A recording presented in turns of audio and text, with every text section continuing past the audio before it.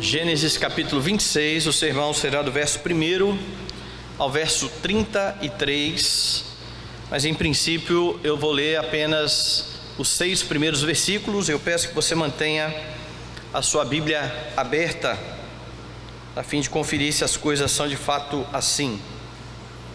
Gênesis 26, diz assim o texto da palavra de Deus: Sobrevindo fome à terra, além da primeira vida nos dias de Abraão, foi Isaque a Gerar avistar-se com Abimeleque, rei dos filisteus. Apareceu-lhe o Senhor e disse: Não desças ao Egito, fica na terra que eu te disser, habita nela e serei contigo e te abençoarei, porque a ti e à tua descendência darei todas estas terras e confirmarei o juramento que fiz a Abraão, teu pai. Multiplicarei a tua descendência como as estrelas dos céus e lhe darei todas estas terras. Na tua descendência serão abençoadas todas as nações da terra, porque Abraão obedeceu a minha palavra e guardou os meus mandamentos, os meus mandados, os meus preceitos, os meus estatutos e as minhas leis. Isaque, pois, ficou em Gerar. Vamos orar nesse instante. Amado Senhor, Deus bendito, exaltamos e glorificamos o Teu nome.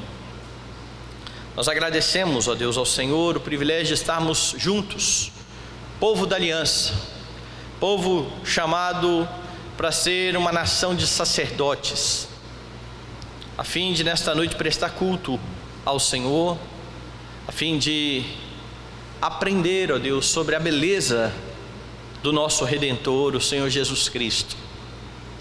Que a palavra pregada nessa noite fale ao nosso coração, nos instrua, nos faça parecidos com o Senhor Jesus Cristo.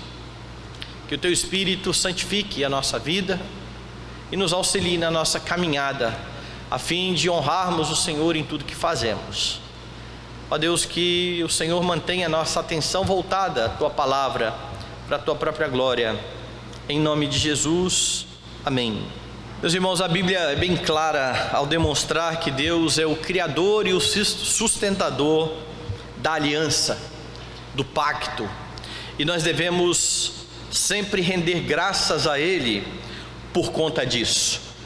E o livro de Gênesis é um livro que trata do princípio de todas as coisas e de como Deus estabeleceu o seu pacto, primeiramente com Adão, e depois fazendo um novo pacto, um pacto de graça, onde Ele promete enviar o seu Filho a fim de esmagar a cabeça da serpente. E Gênesis vai então contar a história, principalmente dos ascendentes do Senhor Jesus Cristo, todos eles apontando, claro, para a pessoa bendita do nosso Redentor. A partir lá do capítulo 12, o foco está em Abraão, e Moisés então vem tratando da vida e da caminhada de Abraão, aquele que foi chamado de amigo de Deus. Mas se você perceber o capítulo anterior ao que lemos, o capítulo 25, você vai ver que Moisés muda agora o foco da narrativa. Ele começa a tirar Abraão de cena e agora a história se concentra em Isaque, aquele que vai substituir Abraão na aliança. Abraão vai falecer e agora é o seu filho Isaque que está com a sua história sendo contada por Moisés, aqui a partir do capítulo de número 25. E os leitores da Bíblia, aqueles que já estão familiarizados com estas histórias, sabem que há muitas semelhanças entre a história de Abraão e a história de Isaque.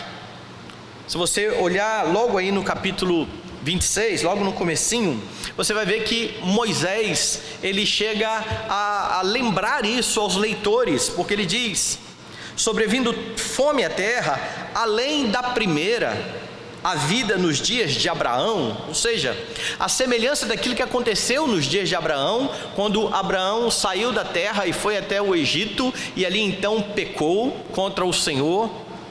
houve fome no tempo de Isaque. A semelhança de Abraão, Isaque também tinha uma esposa estéril. E a semelhança de Abraão, Isaque é aquele que está agora como um representante pactual. Você precisa lembrar que Isaque não é o primogênito de Abraão. O primogênito de Abraão é Ismael, nascido da escrava. Hoje pela manhã nós falávamos a respeito disso, pois esse é o argumento de Paulo ali na epístola aos Romanos. Mas Isaque é aquele que é gerado de forma milagrosa da mãe estéril, com a intervenção milagrosa do Senhor Deus. Depois disso você vai ter os filhos de Isaque e de Rebeca, também fruto de um milagre. Rebeca também era estéril, e por conta do milagre de Deus vão nascer Jacó e Esaú. Deus vai rejeitar o primogênito e vai escolher a Jacó como representante pactual. Mas as semelhanças da história de Isaque e de Abraão, elas não param por aí, e o texto que nós lemos nessa noite nos mostra isso de forma muito clara. E aqui você aprende que Deus e os homens permanecem os mesmos. Deus continua governando a história, muda o representante pactual, mas o homem continua como é. Da mesma forma que Deus continua sendo o mesmo. Vamos ver isso no texto, do verso 1 ao verso de número 6. Você percebe Moisés demonstrando aqui que Deus continua sendo fiel. Como eu disse, o episódio começa de forma semelhante à história de Abraão, fome na terra. A diferença é que Abraão, ele vai ao Egito, ele não busca o Senhor, ele não consulta o Senhor, e o Senhor deixa ele ir até o Egito, onde você lembra de toda a história em que ele peca contra o Senhor, falando que a sua esposa era sua irmã. Aqui no nosso texto é diferente, porque Isaque é ordenado por Deus a não deixar aquela terra. Veja só, eu vou ler de novo os versos 1 e 2. Sobrevindo fome à terra, além da primeira vida nos dias de Abraão, foi Isaque a Gerar, avistar-se com Abimeleque, mais uma semelhança com a história de Abraão, certo? Rei dos filisteus.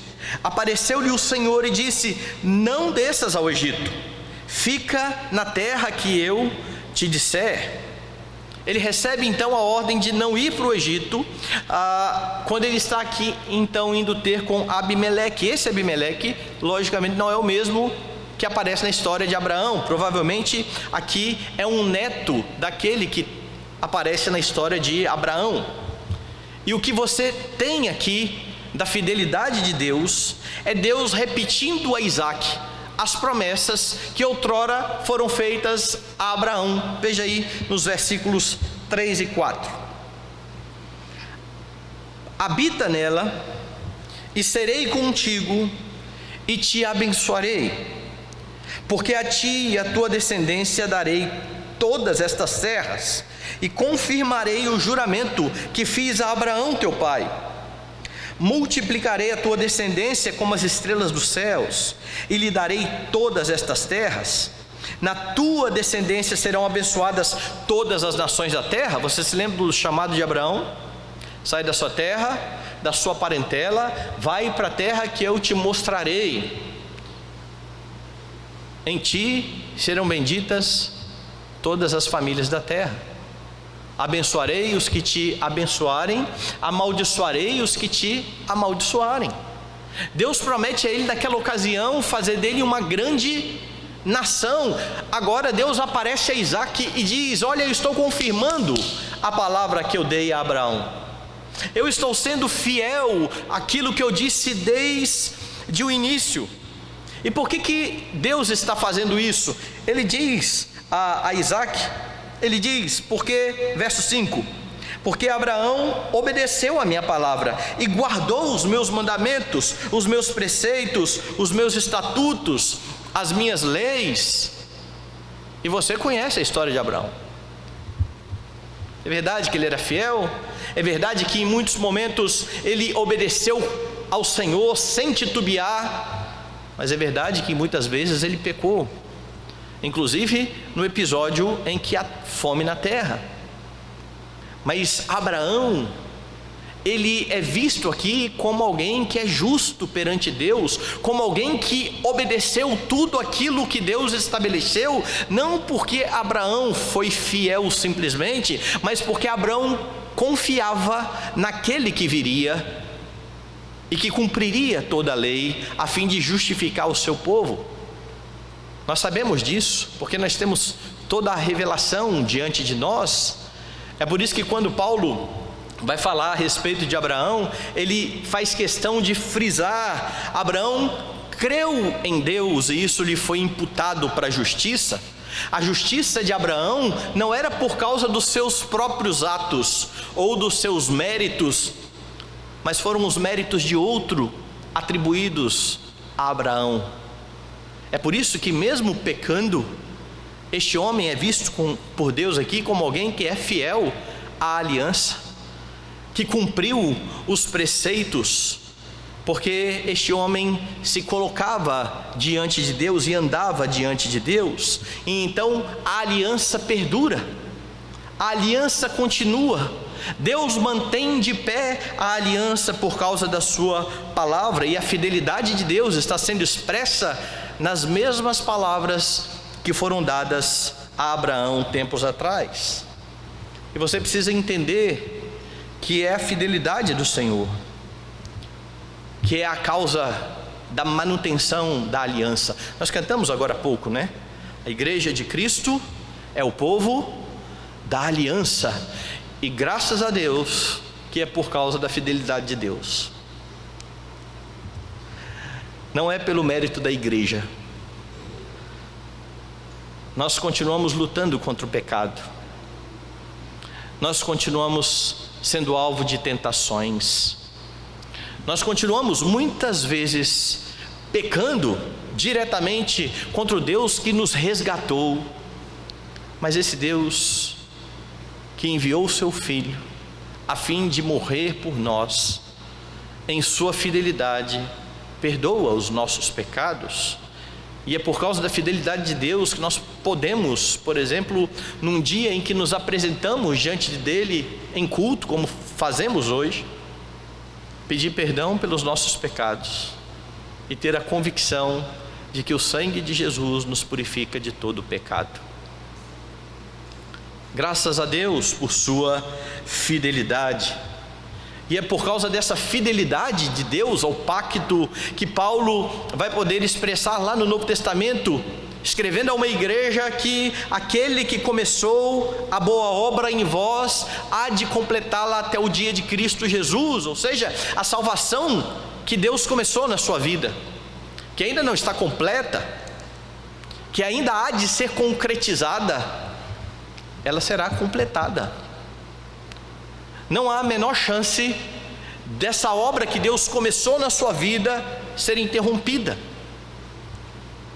Deus não vai parar a obra, por mais que venham problemas, tribulações, por mais que muitos crentes desanimem na fé, por mais que muitos crentes fiquem prostrados por conta dos seus pecados, por causa de Cristo e da obra de Cristo, a obra do Senhor continuará. Ele trata os seus filhos, Ele conduz os seus filhos em triunfo. Jesus foi bem claro ao dizer aos seus discípulos que os seus discípulos estavam bem seguros em suas mãos e que ninguém poderia tirá-los das suas mãos. Isso é obra da fidelidade de Deus, fidelidade que está sendo expressa aqui e demonstrada por Moisés quando ele começa a contar a história de Isaac e diz: da mesma forma que Deus preservou Abraão, manteve Abraão fiel à aliança, Deus está fazendo com Isaac. Deus está conduzindo o seu povo. Então Moisés começa dizendo: Deus continua fiel, mas quanto ao homem, Moisés vai mostrar que o homem continua um pecador. Veja o verso 7. Perguntando-lhe os homens daquele lugar a respeito de sua mulher, disse: é minha irmã, pois temia dizer, é minha mulher, para que, dizia ele consigo, os homens do lugar não me matem por amor de Rebeca, porque era formosa de aparência. Da mesma maneira de Abraão, Isaque arranja uma esposa muito bonita, formosa de aparência. E agora então este homem, que em princípio obedece a Deus, permanece no lugar onde Deus havia determinado. Este homem agora, à semelhança do seu pai, fraqueja na fé. E sabe o que é pior nisso tudo? Ele conhecia a história do seu pai. Ele sabia pelo que tinha passado Abraão. Ele sabia da mentira contada em relação a Sara, com medo de morrer, com medo de que tomassem a sua esposa e o matassem. E agora, da mesma forma, ele acaba repetindo o pecado do seu pai. Isaque tinha todos os motivos para confiar no Senhor. Deus preservou a vida do seu pai. Deus deu ele como um milagre de uma mãe estéril. Deus está demonstrando que está sustentando o pacto e que eles podem confiar. E eu já afirmei várias vezes isso aqui e continuo afirmando. O grande problema nosso ao pecar é a falta de confiança naquilo que Deus disse que iria fazer por nós. Todas as vezes que Abraão pecou contra Deus, foi porque ele tirou os olhos da promessa de Deus. E agora Isaque também está fazendo a mesma coisa. Veja que no texto Deus repetiu as promessas. Eu vou ler de novo, veja no versículo 3: habita nela, serei contigo, te abençoarei, porque a ti e a tua descendência darei todas estas terras, confirmarei o juramento que fiz a Abraão teu pai. E por que esse homem está com medo de morrer? Ele não confia, pelo menos não neste momento, naquilo que Deus acabou de dizer a ele. Deus é fiel, nós somos falhos, nós pecamos, nós caímos, nós negamos o Senhor, nós fazemos muitas vezes da nossa forma, do nosso jeito. Nós vemos irmãos nossos, tanto que estão ao nosso redor, quanto irmãos do passado, quando vemos a Bíblia Sagrada, caindo em pecados e caímos nos mesmos erros. Somos falhos, somos pecadores. E a história aqui nos mostra que nós precisamos conhecer muito bem essa nossa condição. Há muitos cristãos que acham que estão bem seguros na sua condição, que já estão num patamar onde eles não pecam mais, a sua vida é muito tranquila, eles sequer temem tentações, por vezes brincam com o pecado.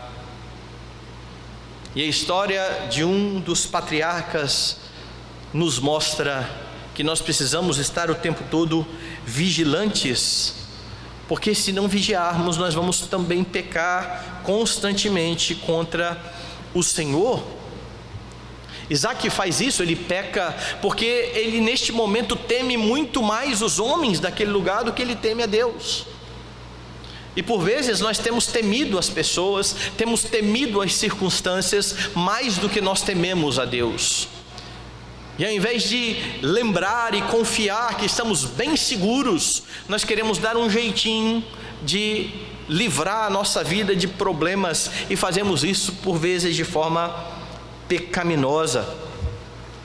Nós temos todos os motivos para confiar em Deus, muito mais ainda do que os nossos pais do passado. Afinal de contas, nós temos toda a revelação na nossa mão.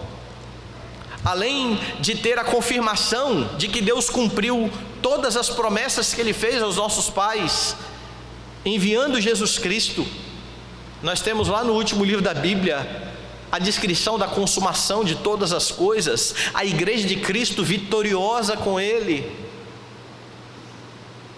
um lugar onde não haverá choro, não haverá pecado, não haverá dor. Nós já sabemos, mas ainda assim, por vezes, nós quebramos os termos do pacto. E quando nós pecamos, meus irmãos, na prática nós estamos dizendo a Deus que nós temos um caminho melhor, uma forma melhor, um jeito melhor de fazer as coisas, de que não vale a pena confiar na sua palavra, como está fazendo então Isaac neste momento. Isaac tinha a história do seu pai, Isaac tinha a promessa de Deus. Nós estamos em maior vantagem, temos toda a Escritura. É por isso que quando Paulo escreve a sua epístola, ele vai dizer que todas as coisas que foram escritas para o nosso ensino. Nós não precisamos cair nos mesmos erros. Nós podemos olhar para os nossos irmãos do passado, ver onde eles pecaram e pedir, rogar a Deus forças para não cair nos mesmos erros. Aprenda com a história, aprenda com a revelação de Deus, conheça a história dos nossos irmãos do passado e a fé que eles depositaram na pessoa bendita do nosso Redentor, e lembre-se que o Deus que foi com Abraão, que foi com Isaac, é o Deus que se fez carne e que ao subir aos céus disse que estaria com você todos os dias, até a consumação dos séculos. Ele é fiel, a despeito de nós sermos falhos e pecadores. Moisés continua a história e ele vai demonstrar ainda que Deus continua abençoando apesar de Isaac. Veja aí dos versículos 8 ao verso 16. Ora, tendo Isaac permanecido ali por muito tempo, Abimeleque, rei dos filisteus, olhando da janela, viu que Isaac acariciava a Rebeca, sua mulher. Então Abimeleque chamou Isaac e lhe disse: é evidente que ela é tua esposa. Como pois disseste, é minha irmã? Respondeu-lhe Isaac: porque eu dizia, para que eu não morra por causa dela. Disse Abimeleque: que é isso que nos fizeste? Facilmente algum do povo teria abusado de tua mulher, e tu atraído sobre nós grave delito. E deu esta ordem a todo o povo: qualquer que tocar a este homem ou a sua mulher, certamente morrerá. Semeou Isaac naquela terra, e no mesmo ano recolheu 100 por 1, porque o Senhor o abençoava. Enriqueceu-se o homem, prosperou, ficou riquíssimo. Possuía ovelhas e bois e grande número de servos, de maneira que os filisteus lhe tinham inveja, e por isso lhe entulharam todos os poços que os servos de seu pai haviam cavado nos dias de Abraão, enchendo-os de terra. Disse Abimeleque a Isaac: aparta-te de nós, porque já és muito mais poderoso do que nós. Agora Moisés quer demonstrar que Deus continua abençoando a Isaac, apesar de suas falhas, apesar dos seus pecados, a semelhança daquilo que ele faz comigo e com você. Perceba, Isaac peca, mas a despeito disso, a partir do verso 12, ele é grandemente abençoado. Semeou Isaac, colheu 100 por 1. Ele colheu muito, colheu com abundância, e a razão está no versículo: porque o Senhor o abençoava. Possivelmente Isaac era bastante trabalhador, ele ralava, ele ia lá, plantava, ele regava, mas era a bênção de Deus que fazia com que o seu trabalho prosperasse. Afinal de contas, como nos diz e nos instrui Salomão, se o Senhor não edificar a casa, em vão trabalhos que edificam. Se o Senhor não guardar a cidade, em vão vigia a sentinela. Se o Senhor não der o fruto da terra, em vão, essa aí fui eu, não foi Salomão, em vão semeia o homem. Tudo é por causa da bênção de Deus. Este homem que pecou contra Deus, que não confiou em Deus, está sendo alvo agora da bênção, do cuidado do Senhor. O verso 13 diz que este homem ficou rico. Ele tinha tanto gado e tantos servos, que os homens daquele lugar ficaram com inveja dele. E a inveja faz agora com que eles vão lá e comecem a entulhar os poços que ele tinha. Abimeleque, por fim, vai dizer: olha, vá-se embora, você já é maior do que nós. Ele já está com medo daquele homem. Imagine que a grande autoridade está com medo agora de Isaac, porque ele está prosperando, porque o Senhor o está abençoando. E sabe o que é mais interessante? Que aquela terra tinha sido prometida para ele. Eu vou te dar essa terra, disse Deus. Mas Isaac não entra agora numa disputa pela terra, ele não entra em contenda. O que ele faz é sair a trabalhar e a desentulhar os poços, até que aqueles homens o deixam em paz. Agora, mais do que tudo isso, ele é alvo de uma outra bênção, a bênção de, pela providência de Deus, sua esposa não ter sido tomada dele. Deus lhe foi misericordioso.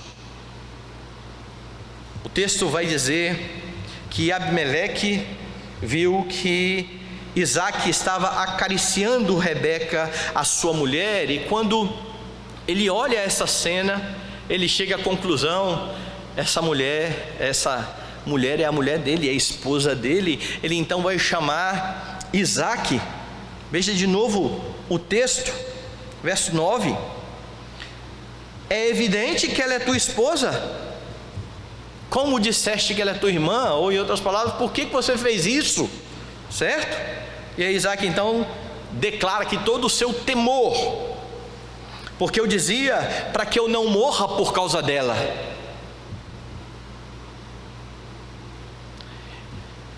Isaac não temeu ter a sua esposa violada por outros homens, com medo da morte.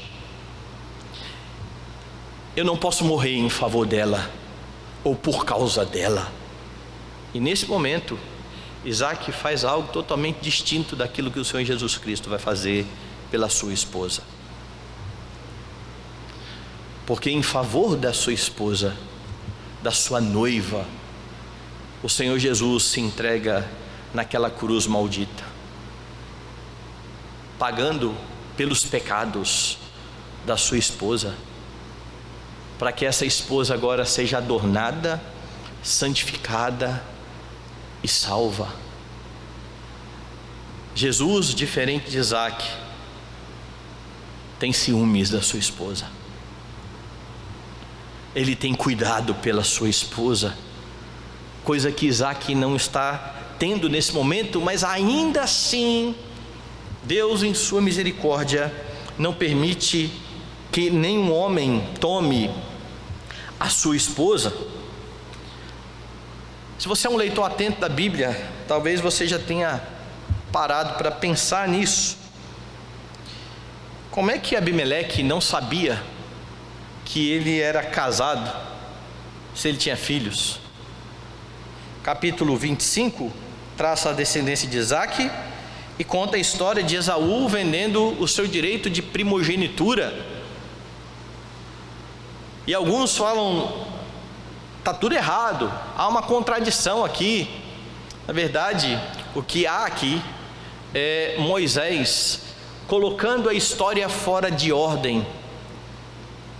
Na verdade, Moisés está contando a história de forma anacrônica. Ele não está contando como é que as coisas aconteceram numa sequência, mas ele está colocando um evento que aconteceu antes mesmo dos meninos nascerem. E por que Moisés faria isso? Perceba como que está arranjado o texto. No versículo de número 27 do capítulo 25, Esaú está desprezando o seu direito de primogenitura. Ele chega com fome, ele vê o seu irmão fazendo o seu cozinhado e diz: eu quero um pouco. E aí Jacó se aproveita desse momento e diz: então me dá o seu direito de primogenitura. Por direito, Esaú seria aquele que tomaria o lugar de Isaque no pacto, seria aquele que herdaria as bênçãos do Senhor. E o que ele faz com isso? Ele despreza. E aí então Moisés demonstra o que foi que este homem desprezou no capítulo 26. O cuidado de Deus para com os seus, a despeito dos pecados dos seus. Quando você vai para o capítulo 27, ele vai retomar a história da bênção, mostrando que essa bênção que foi rejeitada por Esaú, agora vem sobre Jacó, alguém que vai pecar tanto quanto ou até mais do que Isaque, e ainda assim será abençoado.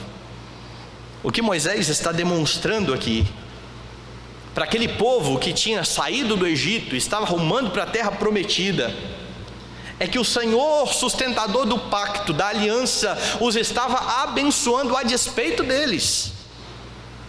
Vocês continuam pecadores, vocês continuam transgredindo o pacto, vocês continuam sendo infiéis à aliança, mas o Senhor está adornando o seu povo, o Senhor está cuidando do seu povo, até aquele dia em que chegará que o Senhor dará a vida pelo seu povo, a fim de cravar na cruz as transgressões do seu povo. Deus abençoa apesar de sermos pecadores. É por isso então que Moisés desloca esse relato da história linear e coloca bem arranjado entre esses dois eventos. Para o leitor desatento, algum copista trocou as coisas de lugar. Não, Deus tem propósitos na inspiração do seu livro, na explicação da Escritura.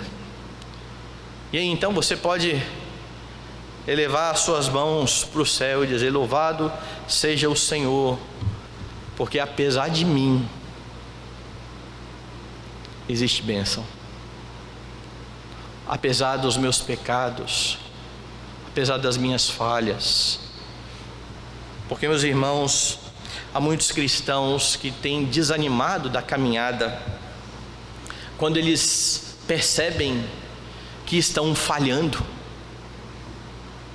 quando eles percebem que eles estão pecando contra Deus, como se crentes estivessem imunes ao pecado ou isentos de pecar.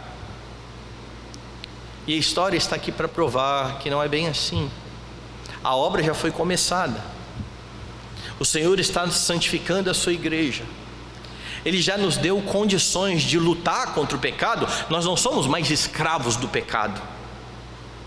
Contudo, muitas vezes, por conta da nossa infidelidade, nós vamos pecar, mas isso não quer dizer que o Senhor se apartará de nós, se afastará de nós, porque Ele tem um compromisso com o seu povo.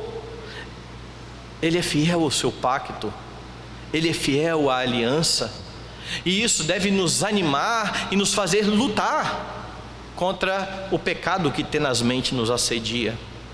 Afinal de contas, não é porque Deus é fiel e Ele nos abençoa apesar de nós, que nós vamos ficar brincando com o pecado e tratando o pecado como se fosse algo de somenos, porque não é assim que Deus trata o pecado. A prova de que não é assim que Deus trata o pecado é a cruz de Cristo. Os pecados estão ali cravados.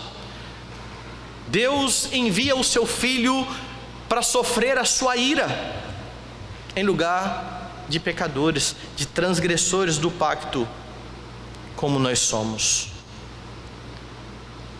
E se nós vamos permanecer no pacto, é porque Ele nos abençoa, apesar de nós, porque se dependesse da minha fidelidade, da sua fidelidade, ninguém estaria no pacto, ninguém permaneceria nos caminhos do Senhor.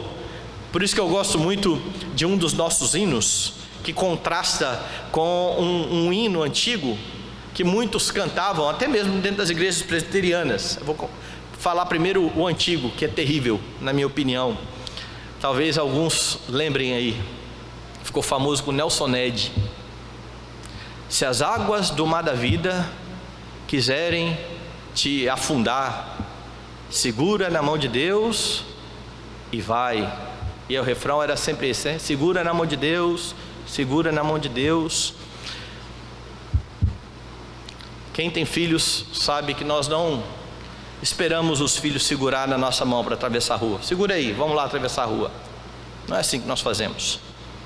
Nós fazemos como um dos nossos hinos afirma de forma categórica: o nosso pedido: com tua mão segura bem a minha, pois eu tão frágil sou, ó Salvador, que não me atrevo a dar jamais um passo sem teu amparo, Cristo, meu Senhor.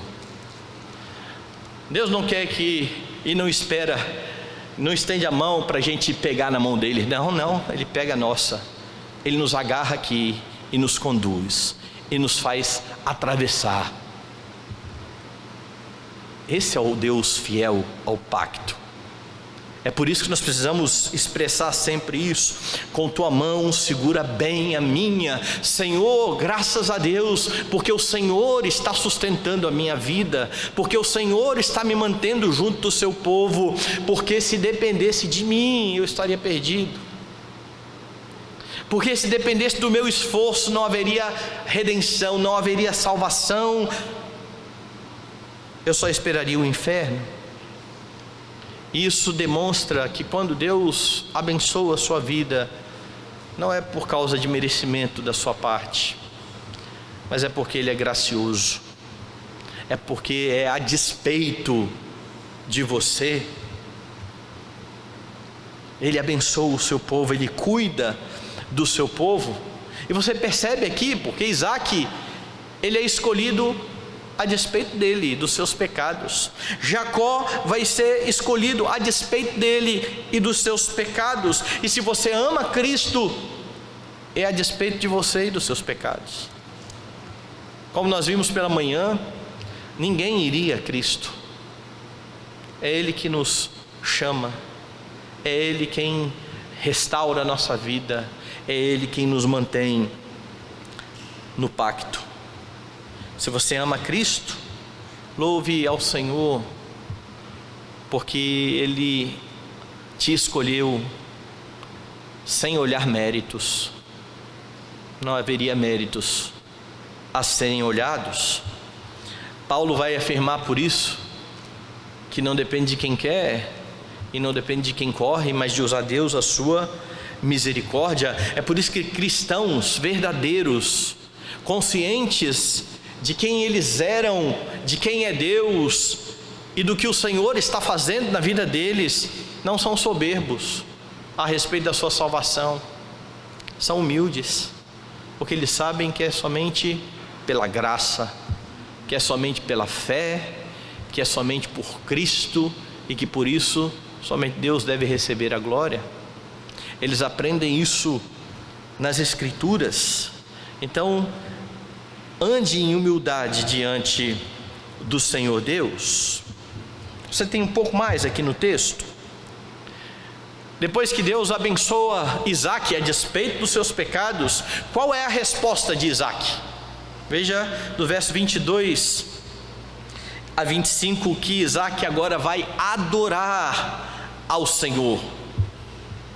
O texto vai nos mostrar a partir do verso 17 que Isaac saiu dali, acampou em Gerar, habitou em Gerar, e diz que ele torna a abrir os poços que se cavaram nos dias de Abraão seu pai, porque os filisteus os haviam entulhado depois da morte de Abraão, e lhes deu os mesmos nomes que seu pai lhes havia posto. Veja o verso 19: cavaram os servos de Isaac no vale, acharam um poço de água nascente. Mas os pastores de Gerar contenderam com os pastores de Isaac, dizendo: esta água é nossa. Por isso chamou o poço de Ezeque, porque contenderam com ele. Então cavaram outro poço, e também por causa desse contenderam. Por isso recebeu o nome de Sitna. Partindo dali, cavou ainda outro poço, e como por esse não contenderam, chamou-lhe Reobote, e disse: porque agora nos deu lugar o Senhor, e prosperaremos na terra. Os filisteus, por inveja, estão atrapalhando aqui o trabalho de Isaque, entulhando os seus poços. Ele volta a abri-los, ele abre o primeiro, eles contendem, ele abre o segundo, eles voltam a contender, eles abrem o terceiro e eles deixam ele em paz. E agora, depois de tudo isso, Isaque reconhece que isso é fruto da bênção de Deus. Ele dá o nome do poço de lugar amplo. É esse o nome do poço, Reobote, expressando aqui fé de que Deus havia dado aquele lugar a ele. Deus estava conduzindo a vida dele. Ele não vive a murmurar e a reclamar o que estão fazendo com seus poços. Ele continua o seu trabalho, ele continua avançando até o momento em que Deus lhe dá um lugar. E ele adora, ele exalta ao Senhor Deus. Veja então no verso de número 23, dali subiu para Berseba. Na mesma noite lhe apareceu o Senhor e disse: eu sou o Deus de Abraão, teu pai. Não temas, porque eu sou contigo. Abençoar-te-ei, multiplicarei a tua descendência por amor de Abraão, meu servo. Deus agora aparece e diz: olha, não precisa ter medo. Eu sou o Deus, o seu pai. Eu te abençoei por causa do amor também pelo seu pai. E Deus repete mais uma vez a promessa. Veja que interessante, Deus fez a promessa a Isaque. Isaque ouviu, pecou contra Deus, Deus foi misericordioso, abençoou, e agora ele repete a promessa. E depois disso, o que faz Isaque? Verso 25: então levantou ali um altar, e tendo invocado o nome do Senhor, armou a sua tenda, e os servos de Isaque abriram ali um poço. Ele está grato a Deus por aquilo que Deus está fazendo, pelas promessas que Deus está cumprindo na vida dele. Ele entendeu a bondade de Deus. E quando você entende a bondade de Deus, isso conduz você a louvar e a adorar o nome bendito do seu Senhor, a despeito das tribulações. O Salmo 13, ele mostra exatamente isso. É aquele salmo em que Davi começa reclamando: até quando, Senhor? O Senhor vai esquecer de mim para sempre? Até quando ocultarás de mim o rosto? Até quando se erguerá contra mim o meu inimigo, dizendo: prevaleci contra ele? Até quando estarei com tristeza no coração cada dia? Ele está reclamando, ele está derramando diante de Deus todo o seu lamento pela situação que ele vive, mas ele ora ao Senhor.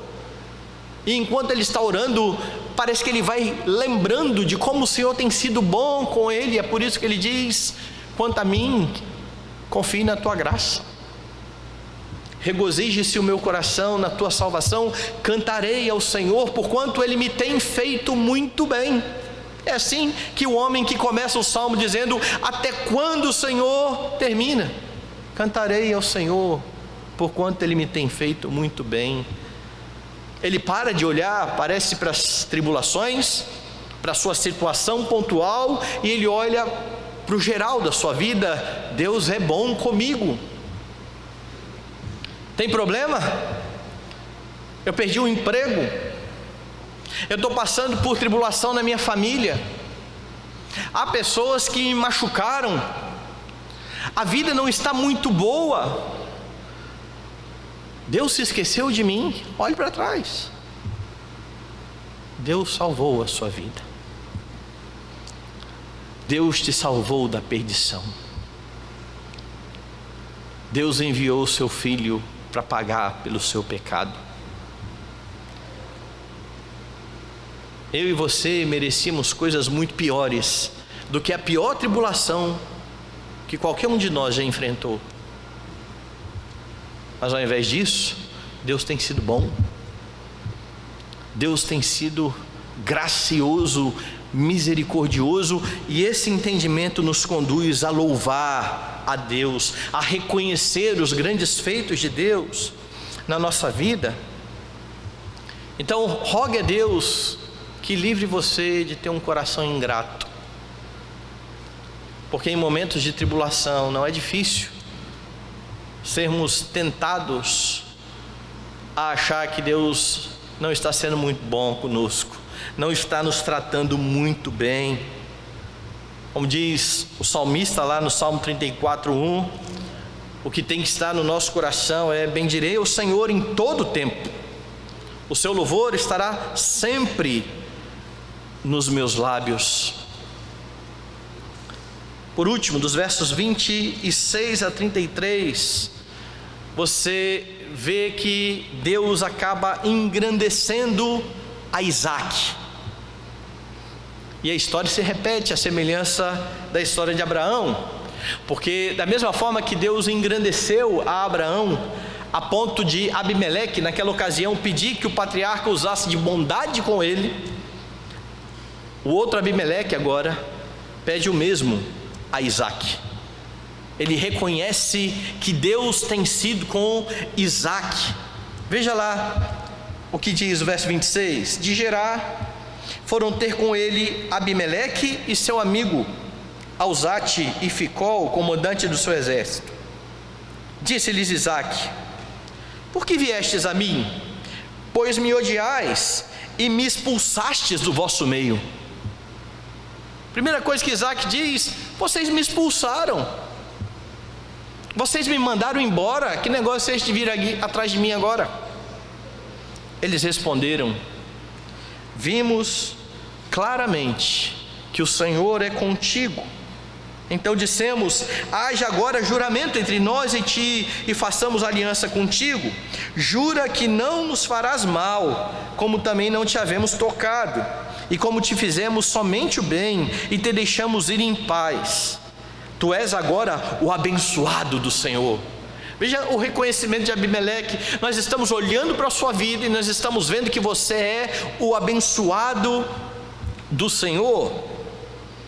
Então Isaac lhes deu um banquete, comeram e beberam. Levantando-se de madrugada, juraram de parte a parte. Isaac os despediu, eles se foram em paz. Nesse mesmo dia, vieram os servos de Isaac, dando-lhe notícia do poço que tinham cavado, lhe disseram: achamos água. Ao poço chamou-lhe Seba, por isso Berseba é o nome daquela cidade, até o dia de hoje. Veja, aqueles homens que expulsam Isaac agora dizem: o Senhor é com você, o Senhor é contigo. Nós conseguimos perceber isso. Isaac havia contestado, certo? Por que vocês estão vindo a mim? Vocês me odiaram, vocês me expulsaram do vosso meio.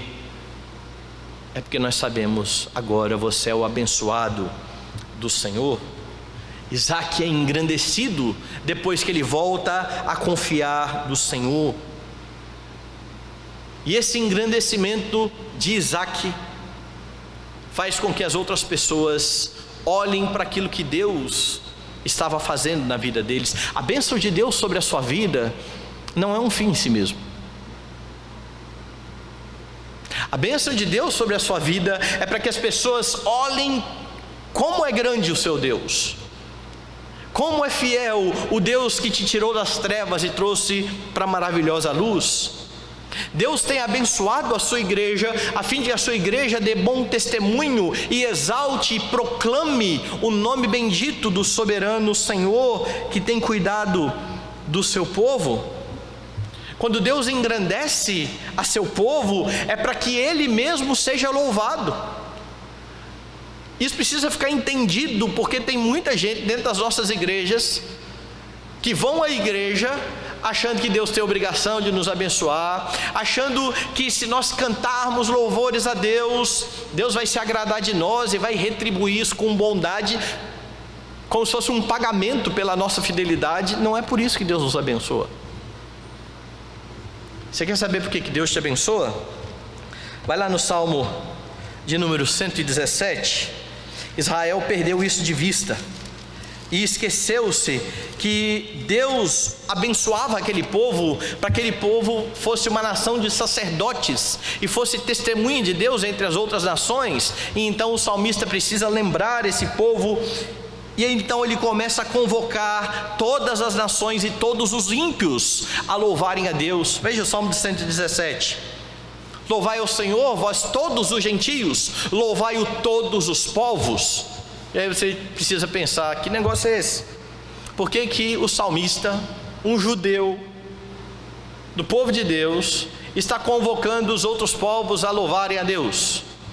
Veja o que ele vai dizer. Porque muito grande é a sua misericórdia para conosco. Ou traduzindo, gentios, louve a Deus, porque Deus é bom comigo. É isso que o salmista está dizendo. Esse é um lembrete a Israel, para que Israel não faça da bênção de Deus um fim em si mesmo, para que Israel lembre que o fato de Deus abençoar aquele povo, aquilo que Jesus vai falar aos discípulos no Novo Testamento, é para que os homens vejam as suas boas obras e glorifiquem o seu Pai que está nos céus. É por isso que Deus abençoa o seu povo. É para ele receber toda a glória e louvor. Quando Deus fala da lei, é exatamente isso. As outras nações irão ver esse povo cumprindo a lei e vão dizer: que outra nação há que tenha deuses tão chegados como é o Deus de Israel? O Salmo 126 mostra isso. Então entre as nações se dizia: grandes coisas fez o Senhor por eles. Deus nos abençoa a fim de Ele ser exaltado por meio das nossas obras. Em Atos dos Apóstolos, a igreja era alvo da bênção de Deus, e quando Lucas relata a vida da igreja, ele vai dizer que estavam todos juntos, tinham tudo em comum, e nesse relato ele vai dizer que eles contavam com a simpatia do povo. Sabe por que isso? Por causa daquilo que Jesus afirmou aos seus discípulos. Os discípulos deveriam amar uns aos outros, e que as pessoas saberiam que eles eram discípulos pelo amor que eles tinham uns aos outros. As pessoas que olham para a igreja precisam ver em nós esse amor uns aos outros.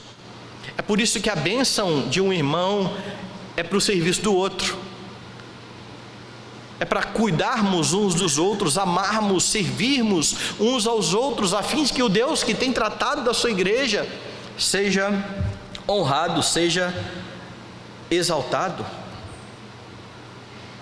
É assim que nós caminhamos. Mas há algo ainda mais maravilhoso aqui. O texto vai ensinar sobre a fidelidade do Senhor em contraste com a infidelidade do homem. Deus é fiel, o homem é infiel. Paulo vai dizer que se somos infiéis, ele permanece fiel. De maneira nenhuma ele pode negar-se a si mesmo. Então fica claro que você é abençoado não por aquilo que você é, mas apesar do que você é abençoado por causa do Senhor Jesus Cristo. E o que foi realidade na vida dos patriarcas, dos nossos irmãos do passado, continua sendo a nossa realidade. É por isso que o salmista disse, e nós podemos nos juntar a ele em coro: ele conhece a nossa estrutura e sabe que nós somos pó. Somos pó. Somos falhos. Mas temos um Senhor glorioso. E esse texto aponta exatamente para essa realidade. Isaac foi odiado, mandado embora, depois ele foi honrado por aqueles homens. O Verbo se fez carne e habitou entre nós.